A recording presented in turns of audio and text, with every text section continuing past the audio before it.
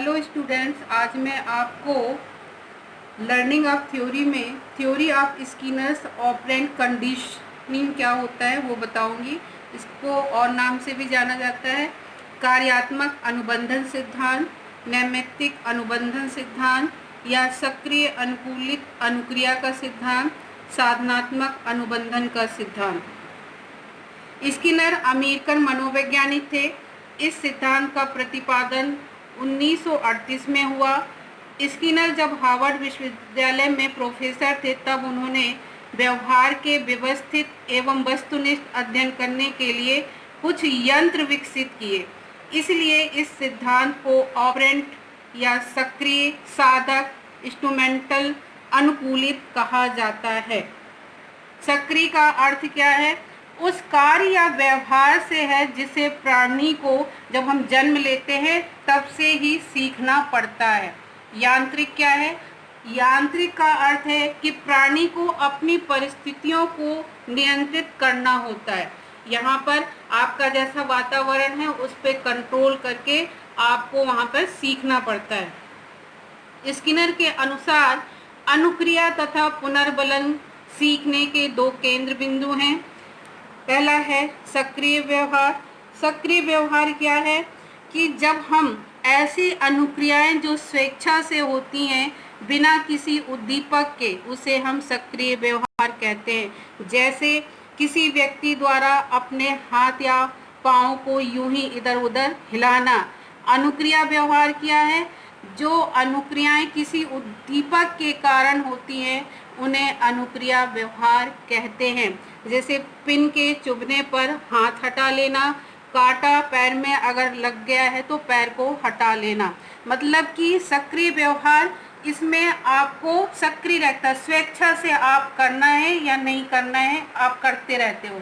और अनुक्रिया में क्या है कि उद्दीपक का जब आप फील करते हो, महसूस करते हो किसी स्टिमुलस के द्वारा, फिर अपने आप अपने क्रिया को, अनुक्रिया को व्यवहार में लाते हो।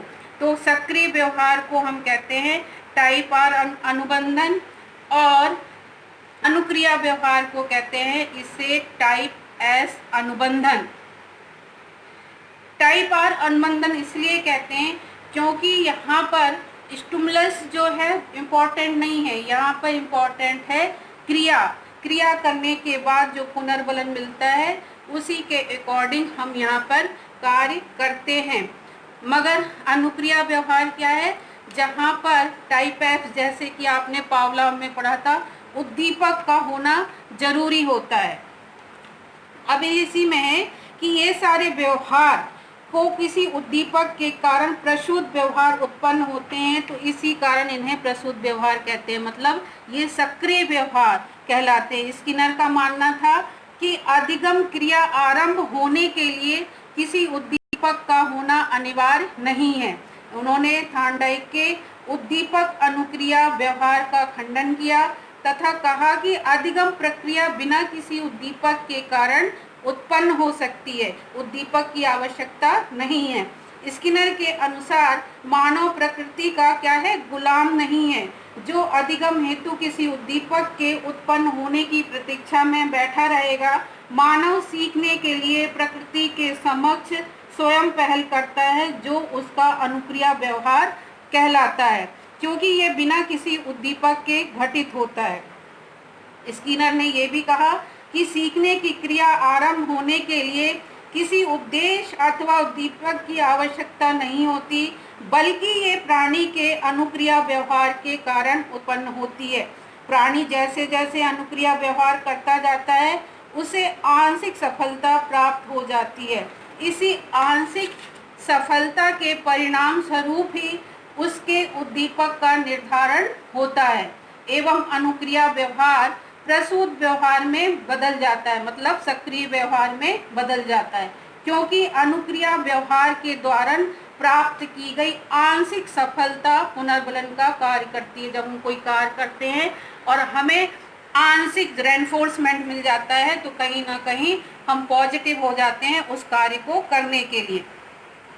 पुनर्बलन प्राप्त होने के बाद अनुक्रिया व्यवहार में तीव्र गति होती है, इसीलिए इसे सक्रिय व्यवहार या प्रसूत व्यवहार कहा जाता है।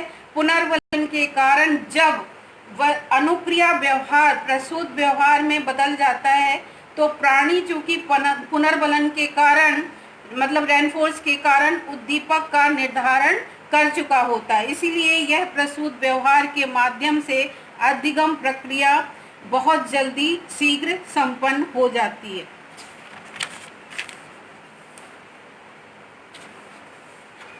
अब है स्किनर का प्रयोग। क्रिया प्रसूत अनुबंधन सिद्धांत को प्रमाणित करने के लिए स्किनर ने कबूतरों तथा चूहों पर प्रयोग किए। इसके लिए उसने एक बॉक्स का निर्धारण किया और उसे क्रिया प्रसूत अनुबंधन तथा स्किनर बॉक्स के नाम से जाना जाता है। इसका नाम क्या दिया उन्होंने? Skinner box. इसमें उन्होंने भूखे कबूतर को बंद किया। इस बॉक्स में एक कुंजी लगी थी, उसके दबाने से एक खट की आवाज़ होती थी और एवं एकदम से वो गिर जाता था। प्रारंभ में कबूतर ने अनुक्रिया व्यवहार करना आरंभ किया एवं चोंच मारी आरंभ में, लेकिन कोई भी उसे सफलता नहीं मिली। अचानक उसकी चोंच उस कुंजी पर पड़ी और परिणाम स्वरूप ही खट की आवाज़ के साथ एक दाना गिरा जिसे कबूतर ने प्राप्त कर लिया।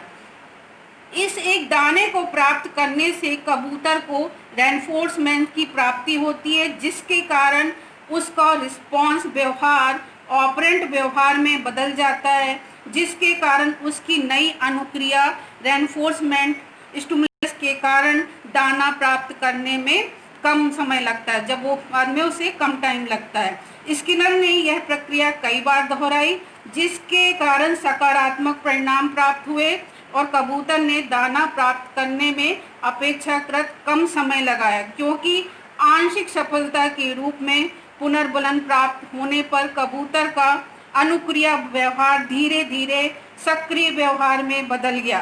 परिणाम स्वरूप उसने दाने प्राप्त करके अपनी भूख को शांत किया।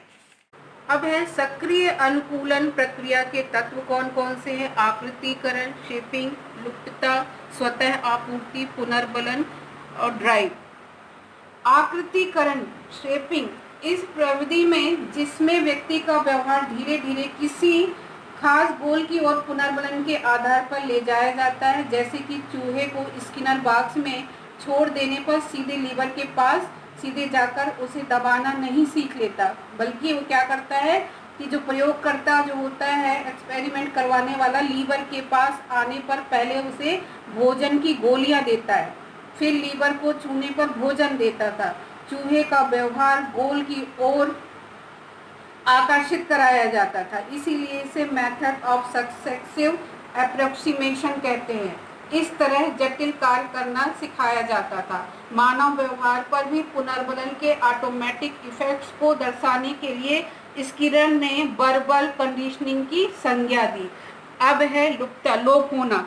लोप से तात्पर्य यह है कि जब उचित प्रतिक्रिया होती हो तब उस समय पुनर्बलन को रोक कर रखना चाहिए। पुनर्बलन के रोके रहने से तात्पर्य पूर्व संबंधित संबंधों का लुप्त दान से, मतलब कि जब पुनर्बलन के अतिरिक्त भी उचित प्रतिक्रिया ना हो तब हमें उस पुनर्बलन को जो रेनफोर्समेंट है मतलब कि उसको हमें रोक देना चाहिए और इसके बदले में कोई स्ट्रॉन्ग पुनर्बलन को देना चाहिए। उदाहरण के लिए बॉक्स में चूहा बार बार लीवर को दबाता है किंतु भोजन प्राप्त नहीं होता, तब उसका लीवर दबाने का व्यवहार क्या हो जाता है?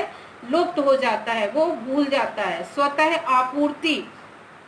अब लोप के बाद पुनर्बलन की आपूर्ति ही स्वतः आपूर्ति कहलाती है, मतलब पुनर्बलन से अनुक्रिया की गति तीव्र होती है।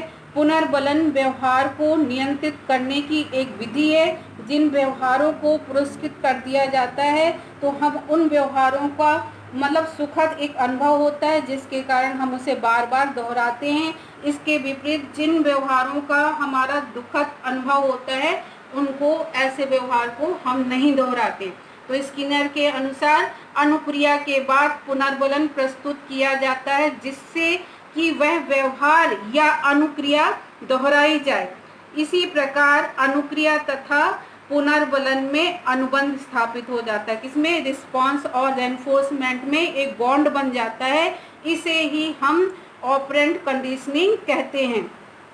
पुनर्बलन, पुनर्बलन का तात्पर्य किसी अनुक्रिया के बार बार दोहराने की संभावना को बढ़ाता है। अगर हम कहीं किसी को पुनर्बलन देते हैं, पुनर्बलन में शाबाश गुड, तो कहीं ना कहीं उसके जो रिस्पॉन्स है, उसकी क्रिया है, वह एक्टिव हो जाती है और उस गोल को अचीव करने का वो प्रयास करता है। ड्राइव, स्किनर के अनुसार ड्राइव की भूमिका सिखाने में बहुत इंपॉर्टेंट है।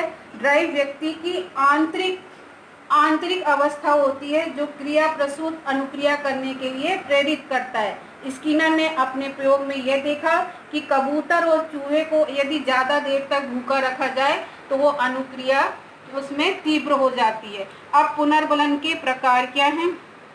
धनात्मक पुनर्बलन, यह वह उत्तेजक है जो परिस्थिति से जुड़ने पर सक्रिय अनुक्रिया की संभावना को बढ़ा देते हैं, मतलब कि हम एक्टिव हो जाते हैं। जैसे भोजन, पानी, धन दौलत, मान सम्मान, प्रशंसा एवं सामाजिक मान्यता, ये हमारी क्या है? पॉजिटिव रेनफोर्समेंट है। नेगेटिव रेनफोर्समेंट क्या है? यह वह उत्तेजक है जिसे परिस्थिति से हटा लेने पर सक्रिय अनुक्रिया की संभावना को भी बल मिलता है। जैसे बिजली का गिरना, आघात, डरावनी आवाज, अपमान, डांट फटकार, तीव्र स्वर, चमकीली तेज रोशनी, तेज गर्मी तथा दंड आदि से बचना। बिजली का धक्का चूहे के लिए ऋणात्मक पुनर्बलन का कार्य करता है, क्योंकि धक्का लगने से उसे कष्ट होता है, अतः वह उचित रास्ता अपनाने के लिए बाध्य हो जाता है। पुनर्बलन की सारणियाँ क्या क्या हैं?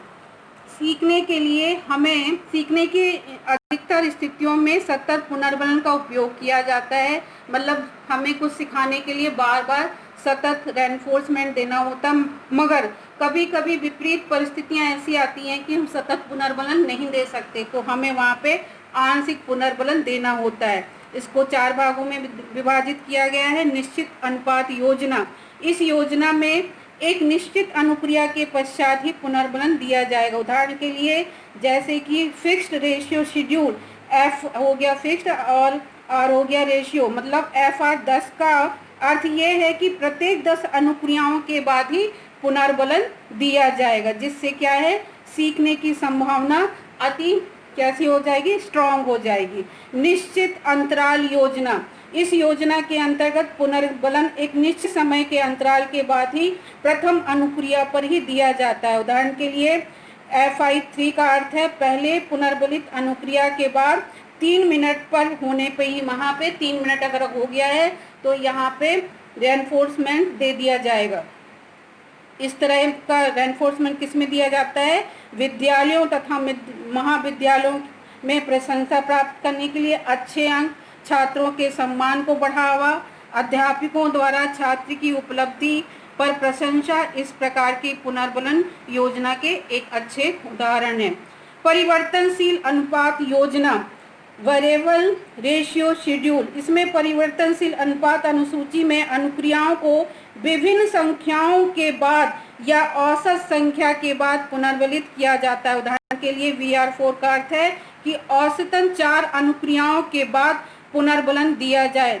अगर दूसरे शब्दों में हम ये कह सकते हैं कि पुनर्बलन किसी भी समय और किसी भी अनुक्रियाओं के बाद दिया जा सकता है। 5वीं, 6वीं, पहली, तीसरी किसी के भी बाद पे यहाँ पे रेनफोर्समेंट दिया जा सकता है। लास्ट है अपरिवर्तनशील अंतराल योजना, इस योजना के अंतर्गत 2 पुनर्बलन के बीच के समय में जो अंतर होता है उसके अनुसार यहाँ पे रेनफोर्समेंट दिया जाता है। उदाहरण के लिए VIS का अर्थ है औसतन 2 पुनर्बलन की अवसरों के बीच जो टाइम होगा वो 5 मिनट का होगा, और उसी के अकॉर्डिंग, मतलब कि पहला रेनफोर्समेंट दिया गया तो दूसरा 5 मिनट के बाद ही दिया जाएगा। तो ये थे पुनर्बलन की सारणियाँ। तो इस प्रकार हम कंक्लूजन में कह सकते हैं कि ऑपरेंट प्रसूत प्रभाव जो है प्रभावी अनुकूलन के सिद्धांतों पर आधारित एक उपचारात्मक पद्धति है जो पॉजिटिव एंड नेगेटिव रेस्पॉन्स के द्वारा अवांछित व्यवहार को वांछित व्यवहार में बदल देती है। धन्यवाद। जय हिंद।